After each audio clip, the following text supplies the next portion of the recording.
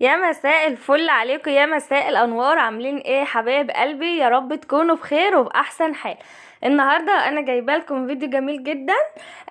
انا رحت السوق وطبعا جبت معايا سمك قراميط. طبعا كنت مشتاقه لها جدا، فقلت هروح اجيب سمك. تعالوا بينا احنا نشوف السمك بتاعنا. بس قبل ما تدخلوا على الفيديو، نبتدي كده بالصلاة على النبي. اللهم صل وسلم وبارك على سيدنا محمد وعلى آله وصحبه وسلم. ربنا يجعل سعادة الدنيا ما بين ايديكم وتحت رجليكم، قولوا امين. بصوا كده السمك بتاعنا صاحي زي ما انتوا شايفين كده اهو. انا ما بحبش اجيب السمك اللي هو مثلا يكون ميت او ميت من شويه او حتى لو مثلا اللي هو مش بيتحرك. يعني انا لا، بحب السمك اشوف اللي هو يتحرك قدامي، هو ده اللي بجيبه وانا مطمنه يعني. بصوا بقى، انا هدب عليه دبه كده بحيث اعرف ان انا امسكه يعني. هي الست قالت لي اعملهم لك اذبحهم لك، وانا قلت لها لا، خليهم صحيين. بقول لكم ان هو خد ضربه قاضيه يعني. هشيل بقى الكيس كده، هرمي بقى في الباسكت جنبيه اهو.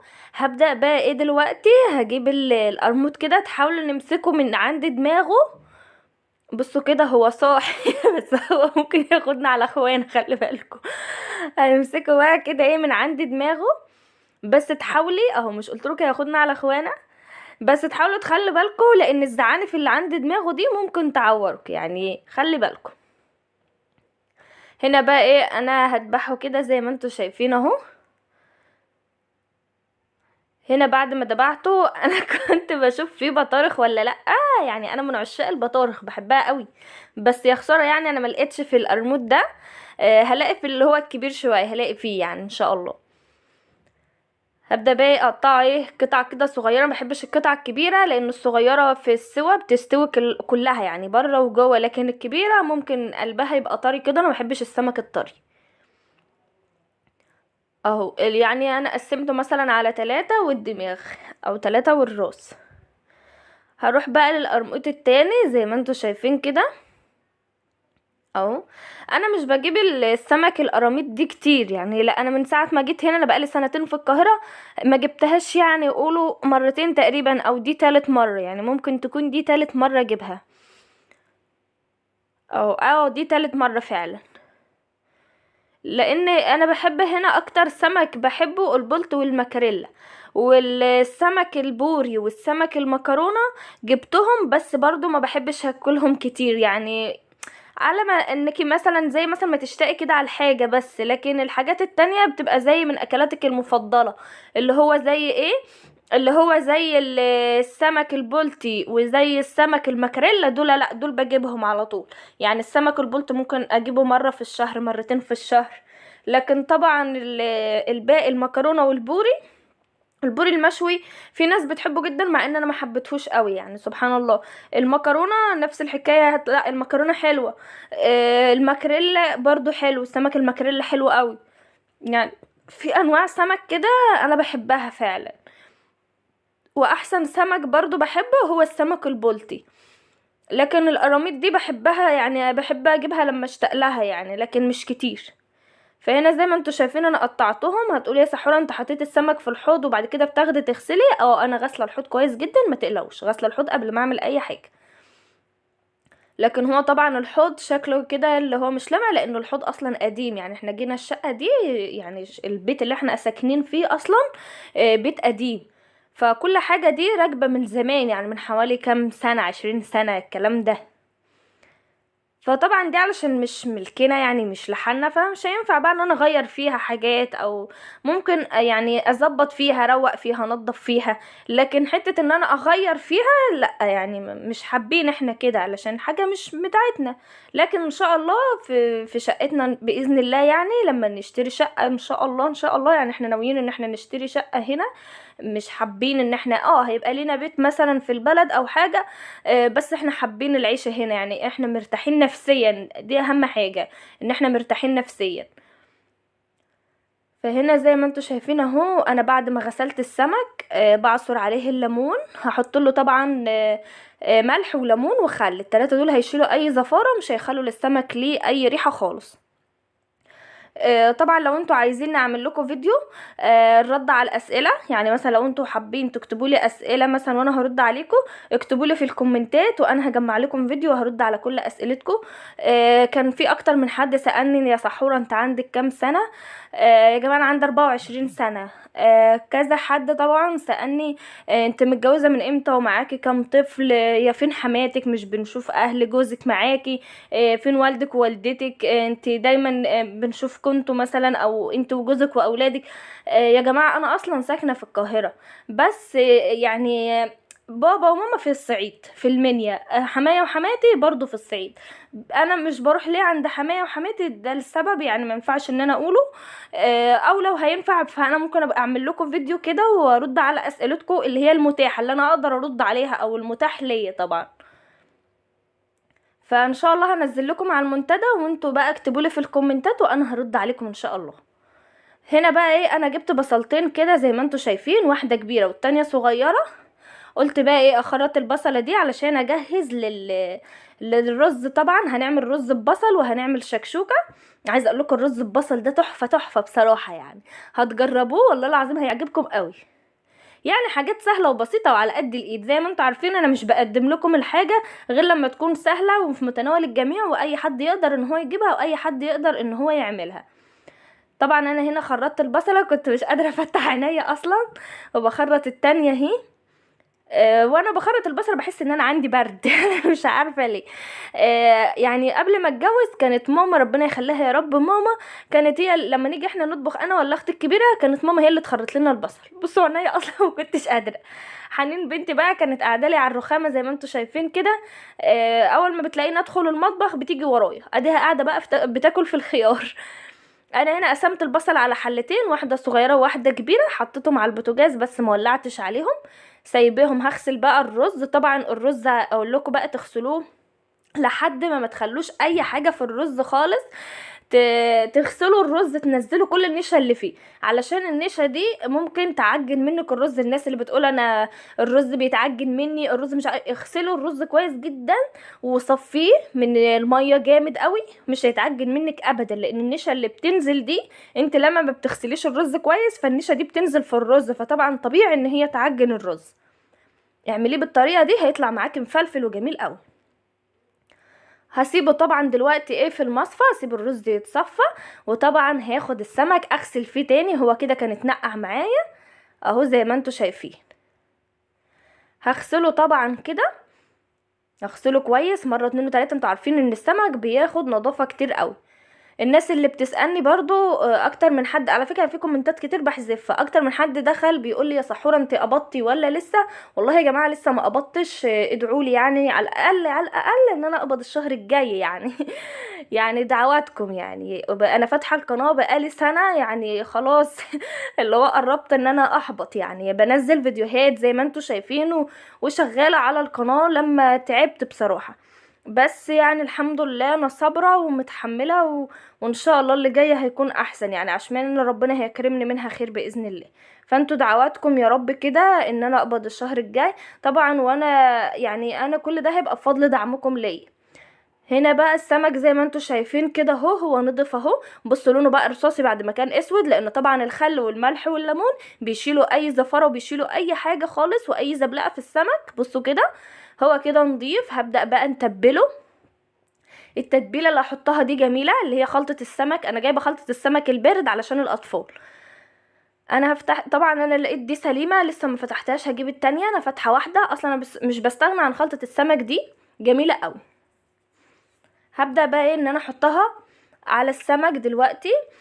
طبعا لو انت عايزه تجيبيها من عند العطار او عن عند العلاف، احنا عندنا يا جماعه بنقول العطاره، احنا بنروح العطار. لا هنا من عند العلاف، احنا بنجيبها اسمه العلاف. فاحنا بنجيب خلطه السمك دي.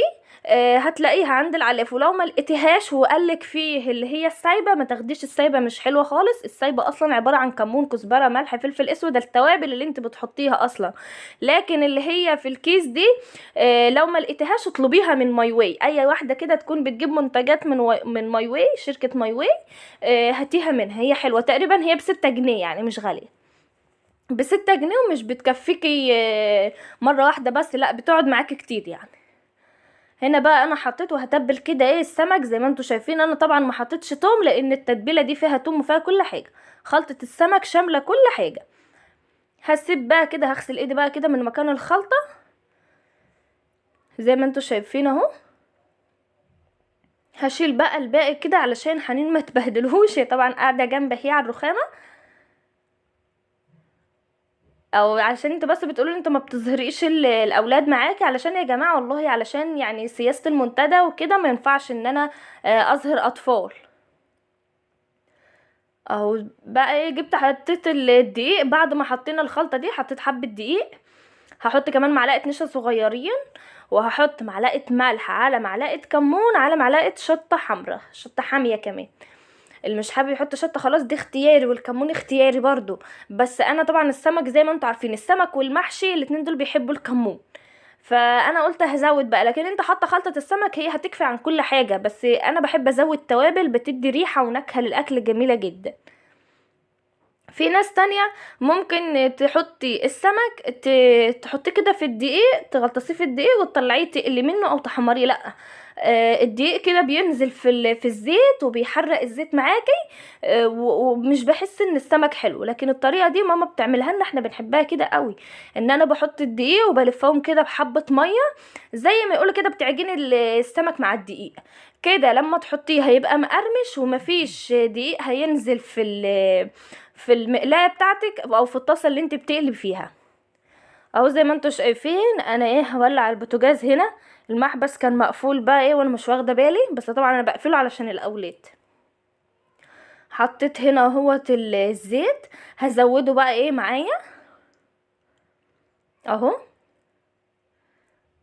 اي زيت قلي طبعا، مش لازما زيت معين، اي زيت انت بتحمري فيه او بتقلي فيه.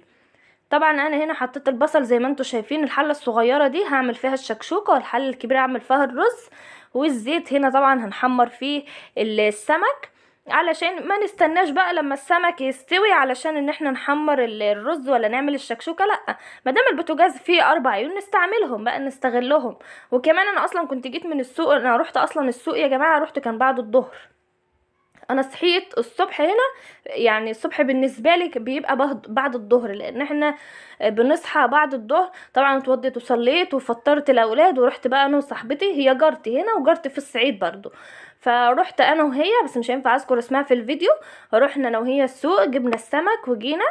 طبعا بقى كان العصر على ما روحنا وجينا، لان احنا بنروح مشي.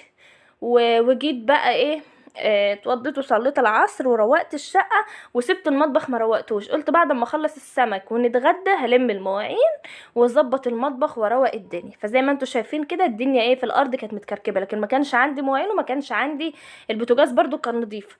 بس لابد طبعا بعد الاكل هغسل المواعين بتاعه الغدا وهغسل البوتاجاز تاني.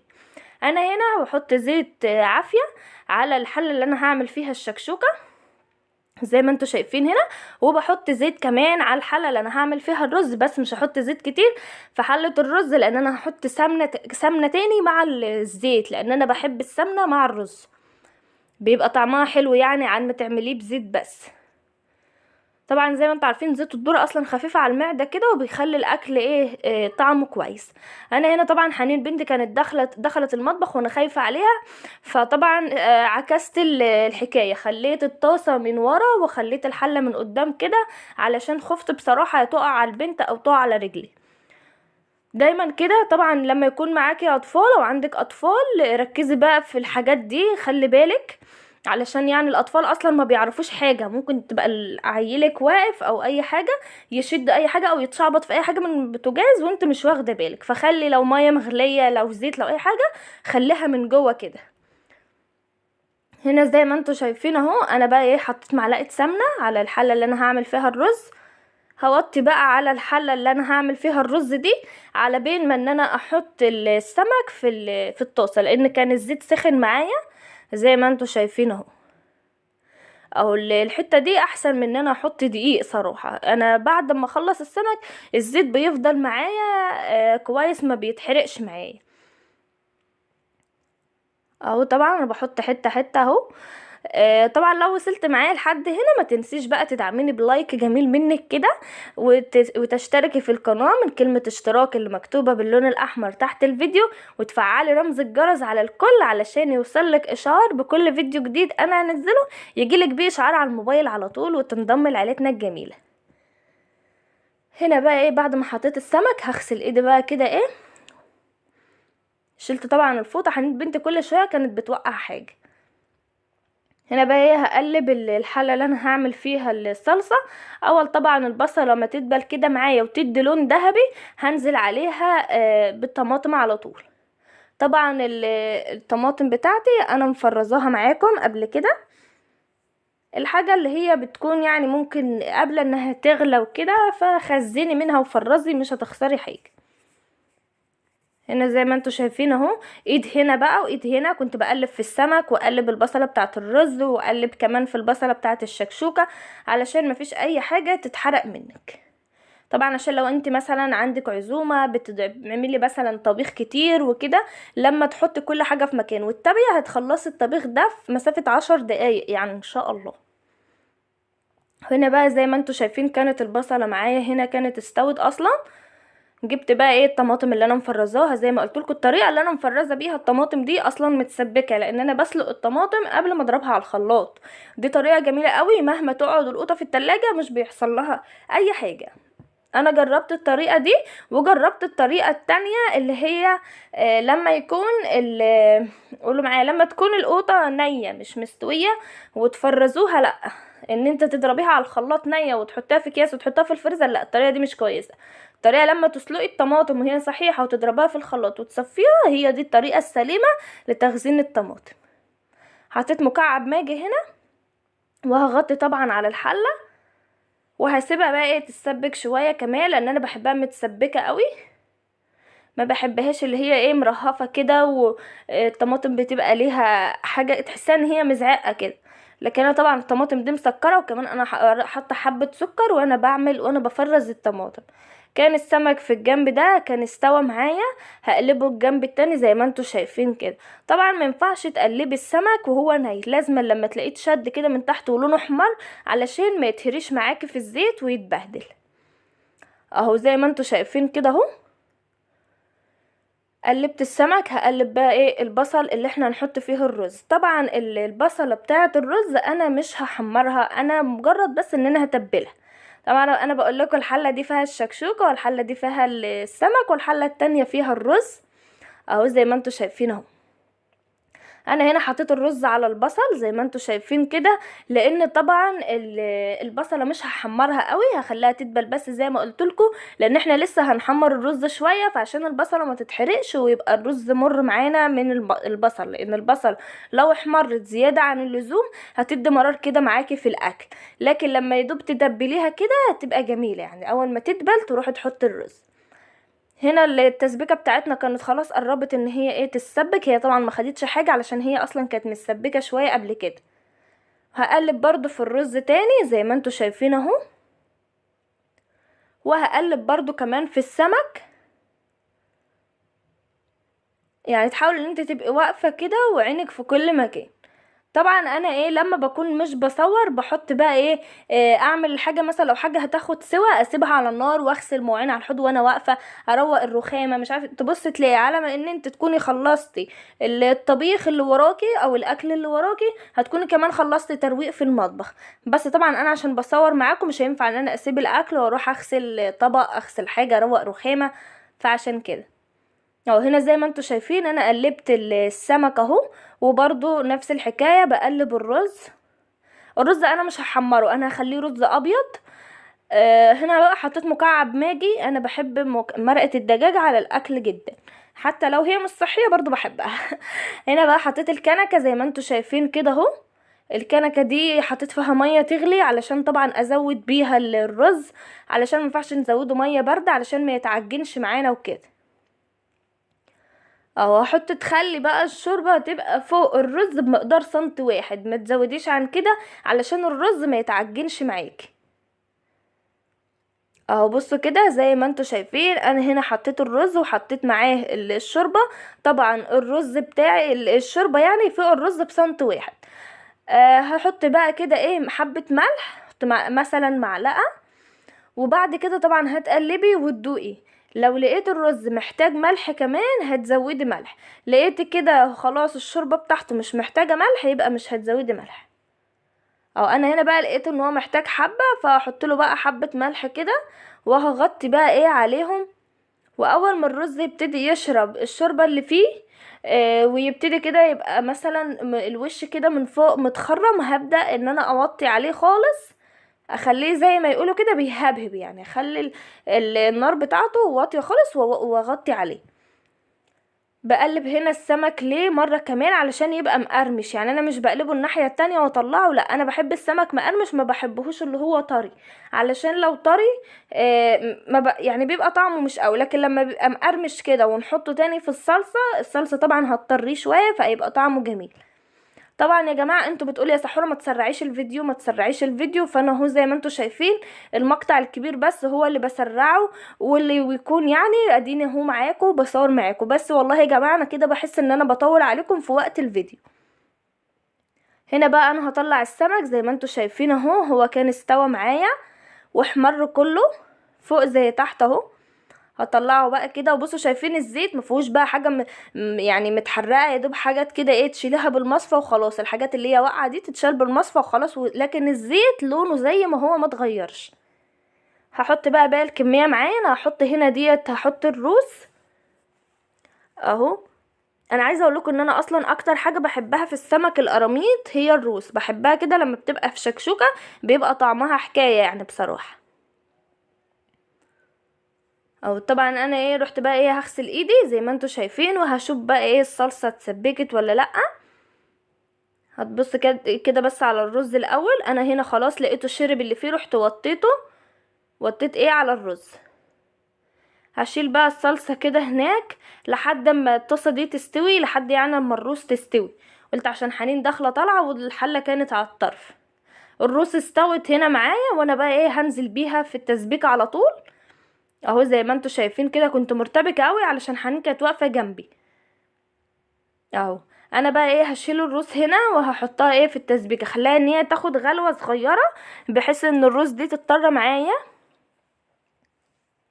هحط بقى الكميه اللي معايا باقي قطعتين هحطهم زي ما انتوا شايفين كده. دول كان اخر حاجه معايا. وبصوا الزيت على لونه ما اتحرقش ولا اي حاجه.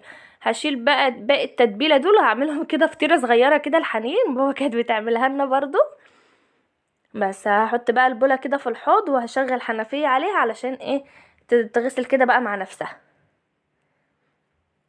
هنا بقى زي ما انتوا شايفين الرز هنا هشوفه بقى استوى ولا لا. حنين بنتي كانت واقفه جنبي مستنيه الرز علشان احط لها رز وكده، ما كانتش صابره لسه يا حنين ما استواش، ما كانتش صابره. فانا هنا كان الرز خلاص استوى، هبدا بقى احط الحنين كده علشان تطلع بره، علشان هي صراحه يعني مغلوشه عليا قوي. بس انا اديتها بقى وهي تاخد معلقه بقى من نفسها وتطلع لبره. هنا بقى ايه انا هشوف اللي معايا هنا الروز. هطلع طبعا اللي انا حطيتهم في الاول اهو زي ما انتوا شايفين كده، اللي حطيتها في الاول هي اللي هطلعها. واللي لسه مش طايل معايا الصلصه هحطه كده هغمزه في الصلصه واضغط عليه بالمعلقه شويه بحيث ان هو يتغطى بالتسبيكه وكده اهو. هنا بقى ايه هغطي عليهم وهقلب طبعا السمك التاني. هنا طبعا بعد ما طلعت الروس والسمك التاني استوى، انا جبت هنا معلقه دقيق علشان اعمل الشكشوكه، حطيتها في معلقه ميه وهحطها دلوقتي هنزل بيها على التسبيكه بتاعتي، هي دي اللي اسمها شكشوكه. احنا بنقول عليها شكشوكه، معرفش بقى انتوا بتقولوا عليها ايه. او بقى معلقه دقيق تدوبيهم في حبه ميه وتقلبي بقى كده زي ما انتوا شايفين اهو. عايزه اقول لكم ان طعمها بيبقى جميل قوي. طبعا انت اول ما تحط الدقيق هتبص تلاقي ان الطماطم لونها فتح كده معاكي، ما بقاش اللي هو احمر، لا لونها بدأ ان هو يفتح معاكي. طبعا انا دلوقتي غطيت عليها وهسيبها بس ايه ان هي تجمد شويه. طبعا مش هسيبها كتير لا علشان الدقيق ما يلزقش عندي في قاع الحله. السمك هنا كان خلاص، انا طفيت البوتاجاز. دي الكميه اللي احنا عملناها والله العظيم جميل قوي بسم الله ما شاء الله. وادي هنا اهو كمان الشكشوكة بتاعتي كده خلصت، هقفل بقى عليها وهروح بقى نقدم دلوقتي. ادي هنا يا جماعه بسم الله ما شاء الله، ده كان السمك. عايزه اقول لكم انه البخار طلع على الكاميرا، انا ما خدتش بالي، طلع على الكاميرا خلاها غلوشت مش مبينه الاكل زي الناس. لكن عايزه اقول لكم ان الطبق اللي هناك ده بصوا لونه احمر وجميل، مع ان اصلا ما حطيتهوش في التسبيكه. انا حطيت الطبق الاول اللي هو كان فيه روز، وطبعا طبق الشكشوكه في النص، ودول الرز. بصوا كده الرز طالع بسم الله ما شاء الله، رز بالبصل اسمه صياديه، جميل جدا. في ناس طبعا بتعمله رز احمر، لكن انا بحب رز ابيض. بصوا ده اللي احنا حطيناه في التسبيكه بتاعتنا، جميل قوي، اتمنى ان هو يعجبكم. بصوا كده والله العظيم يا جماعه حكايه، اعتمدوا الطريقه دي هتحبوها. لو جربتوا الطريقه دي وعجبتكم اكتبوا لي رايكم في الكومنتات، وفي النهايه ما تنسونيش بدعوه جميله. وفي النهايه حبايب قلبي استودعكم الله الذي لا تضيع ودائعه، والسلام عليكم ورحمه الله وبركاته. امانه يا جماعه، ما تنسوش تدعموني بلايك واشتراك من كلمه اشتراك اللي باللون الاحمر تحت الفيديو. فعلوا رمز الجرس على الكل علشان يوصل لكم مني اشعار بكل فيديو جديد انا انزله. سلام عليكم.